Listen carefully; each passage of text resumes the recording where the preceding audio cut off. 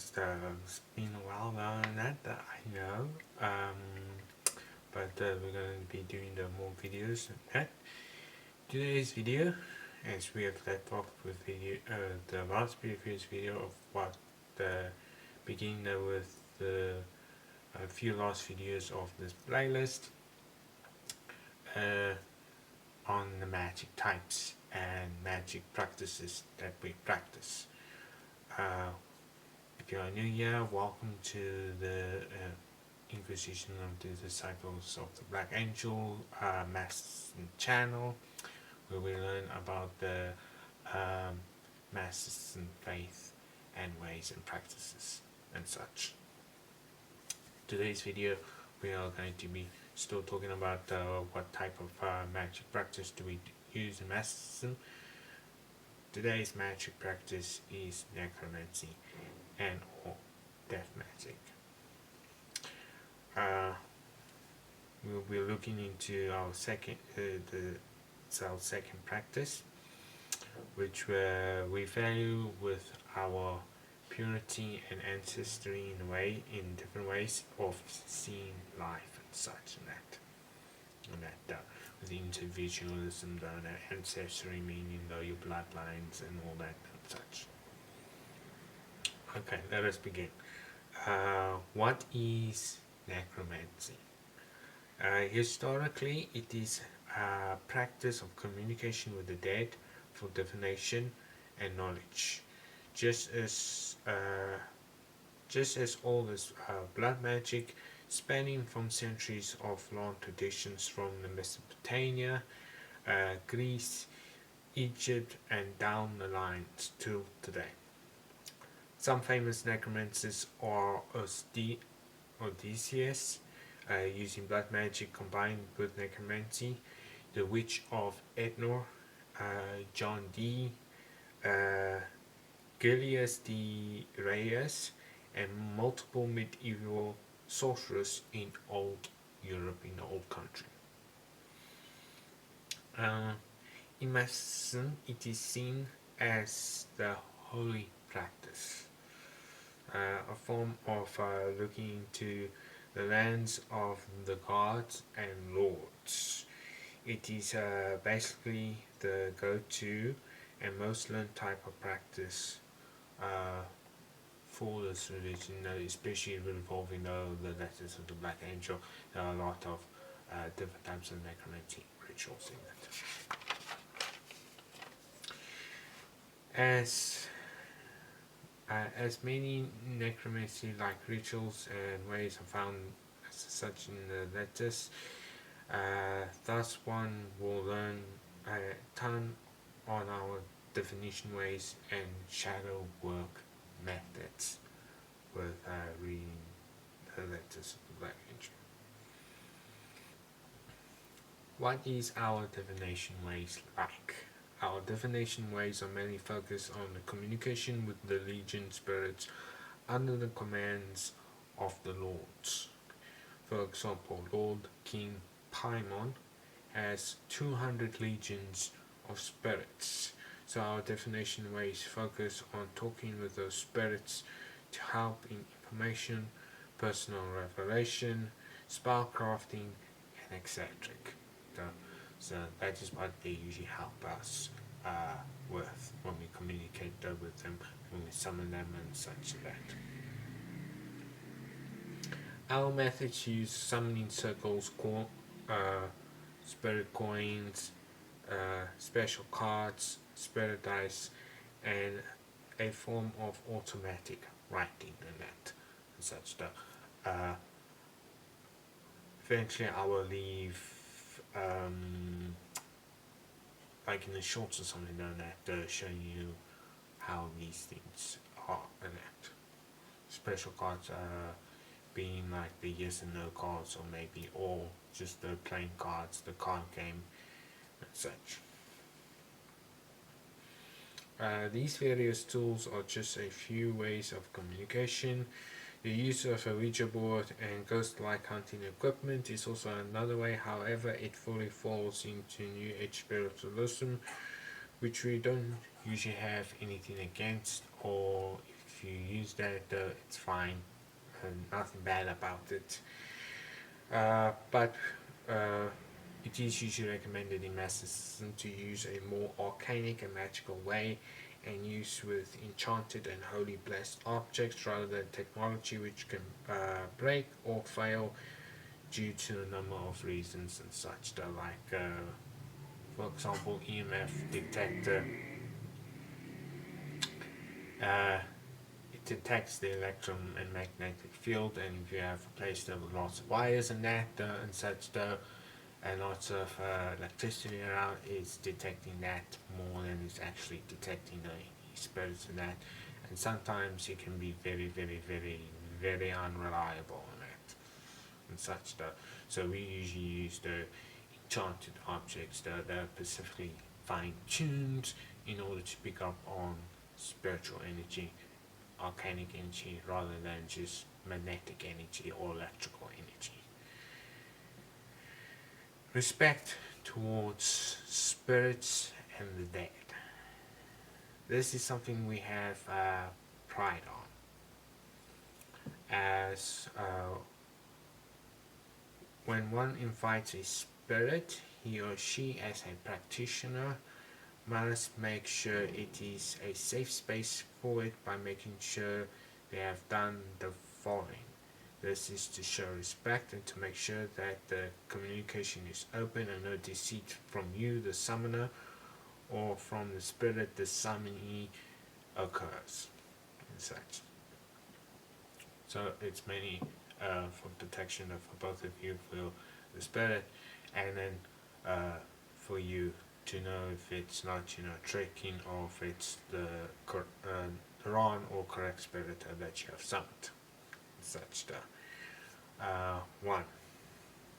Always know the spirit's name, or the name of the Lord which you are under, and such stuff. So this is when you usually summon one of them. They usually have their own specific name. Some of them will tell you outright what the name is, and that, or they will allow you to give it a specific name and such, which falls under rule 2. This falls with rule 1. If you have called a spirit under a lord, make sure to ask for a name. If no name is given, create one for it which you can use to identify it by and such. So if it ever comes back, you usually ask it its name. If it gives you the correct name, they know it's that, and you can communicate and work with it yet again and such stuff. And usually they do come back quite a bit, as though if you usually form a line of communication with them, they will arrive back here and there such stuff to communicate with you yet again. Number 3, always state your intentions clearly and in a non-aggressive way. Ask it to do the same and such stuff. So if you communicating with it for the first time, always plainly up and state your intentions as to why you're communicating with it, why you have summoned it, and ask it to do the same, if it can help you, if it can teach you, or whatever the case may be, and such stuff. And such. This is to make sure that there's no aggression and that there's no miscommunication and such and that. Number 4. If it asks for a offering or you wish to present one, ask what it will want as an offering. Or if you're just like unsure and it doesn't really give you a specific thing, and that the generalization of leaving for the spirits are usually wine, as it acts as blood, because back in the old days they usually give them sacrifice animals and that and such stuff and that, but don't really do that. That's very illegal these days. So and the wine act as the representation of blood and such and that, or burnt bread or burnt food within, sage response to him and such and that, burning it as an offering to give to them and that. Yeah. So you leave that as a generalization, offering that as a common basic thing that if they don't give you a specific thing that they want, or if you don't really have a specific thing that you yourself want to offer in that, you can always just offer that as a generalization in that. Number 5, when dealing with a human-like spirit, these are also usually for the legion spirits though, because they are non-human and that. When dealing with a human-like spirit, keep it simple and sweet. Be respectful and make sure to state what it may or may not do. So if you're dealing with like a normal ghost and that though, and such, and if you don't want it to follow you, or if you don't want it to attach itself to you, the plain open state that and such though, and be firm but respectful towards them and such though, so that they can understand. And usually they're saying these words out loud though,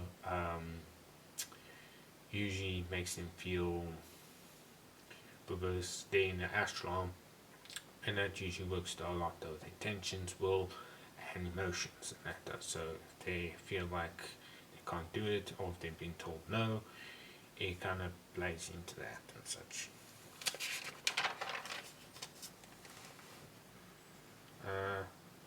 How to tell if you are dealing with a human spirit or a non-human spirit. This can purely come down to energy and abilities of the spirit. Human spirits or souls, or whatever they usually call it, we usually call it spirits and that and such, uh, have a heavy past and will react or try to communicate with you like a person will, as if you are unable to see them, such that they will move objects, do things you ask them to do, like ban once for no, or speaking to this, and eccentric and that. So if you ask them to move that object, the for them to let you know that they are there, they will do so because they are trying to communicate with you and that and such. Usually bad people, like an aggressive person who died or passed away and is haunting the place, they will act out how they were when they were alive. So they will try to scare you a bit with a lot of strong manifestations. They will generally be more active than other peaceful, normal spirits that's there. So they can either chase or like warn you about something though, and their energies usually feel very familiar, like you'll feel there's another person in the room, but meanwhile you're the only one in the room and that such stuff. So that's how you can generally tell if it's like a human spirit and that. A non-human spirit is very different on the topic, as energy can feel unnatural. A light non-human spirit can feel strong, heavy, and very looming, and a dark non-human spirit can feel suffocating and just wrong. As a light spirit, that one will protect and aid you. The spirit may be light for you, but can be dark for another person, especially if they want to harm you or have ill intentions towards you. So, for us to saying light and dark, it's not saying that they're good or evil, though, it's just on how powerful they are, on how they treat you. So, if you have, to you, that spirit can feel light, warm, very protective and looming in that though, like a guardian in that though, but towards another person though who wants to either harm or have ill intentions against you, to them that spirit will feel very dark, and possibly they'll call it demonic and that and such stuff, but to you it doesn't feel that way. A dark spirit will scare you off, but if you keep on, it can do harm to you with using objects, and it's magic if it has any, or if it's bound to a curse or a cursed object. Try to limit your interactions with these spirits as much as you can, as they will cause issues for you and those around you. These spirits though can be very active and loud and such stuff. So if you're around these spirits, though, try to limit your interactions with them, and don't try to piss them off and that and such stuff, because they can do irreparable harm and that will cause serious problems within your life. Now, a witch's or mage's spirit is classed as a phantom for us, as 9 out of 10 times they are able to have full understanding and control that they are dead, that they know that they are in the spirit realm and that and such stuff. And they are very strong and very powerful spirits, second to those in Legion and third to our Lord Spirit or entity and that and such stuff. So they are very, very, very powerful spirits and that, because they in their lifetime they use magic, they study these things, they interacted with them as much as possible, so they already know a lot about it and such stuff.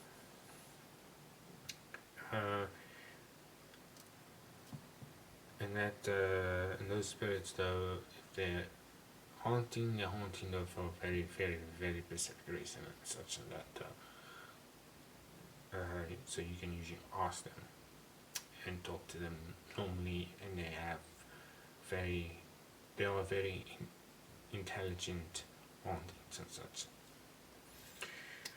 Anyways, that has been the explanation though for us though for necromancy and that though, and how we practice it and that. Necromancy is a beautiful art as long as you use it properly and not for party tricks like seen in the horror movies and that. It's not meant for party tricks and that, because if you fuck around, you will find out. And there are a lot of videos people fuck around, and when they find out, then they always scream. Don't know why. Anyways, I'll see you in the next video with sigil magic and how we practice that. Until then.